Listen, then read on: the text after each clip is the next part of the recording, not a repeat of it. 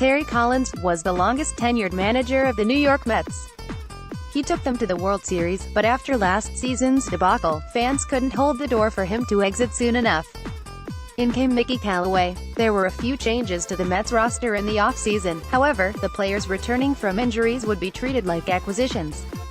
Same players, new philosophy.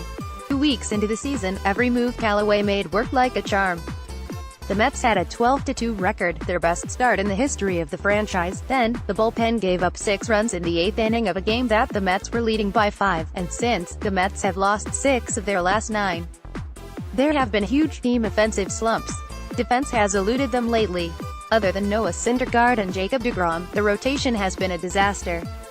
The relievers are walking the ballpark. Both of their catchers went down with injuries. More from Rising Outlook's silver lining is these weaknesses are being exposed in April, as opposed to August, when it would be too late to correct.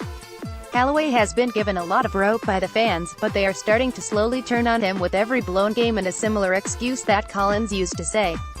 As I've said before, accountability is his best asset, and he needs to give consequences for poor play.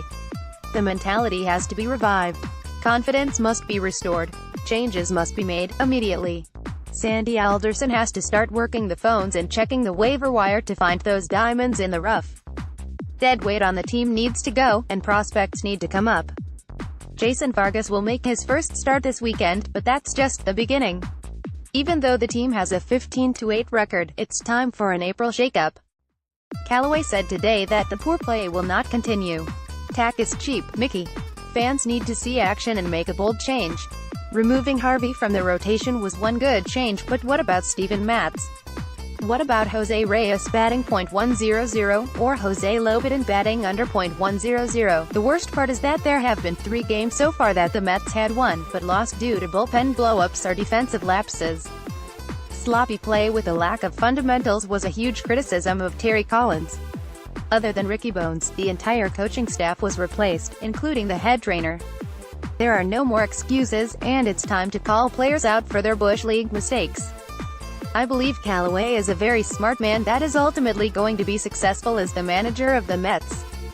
His honeymoon was a short one, and now he has to put his money where his mouth is. Otherwise, it could be another long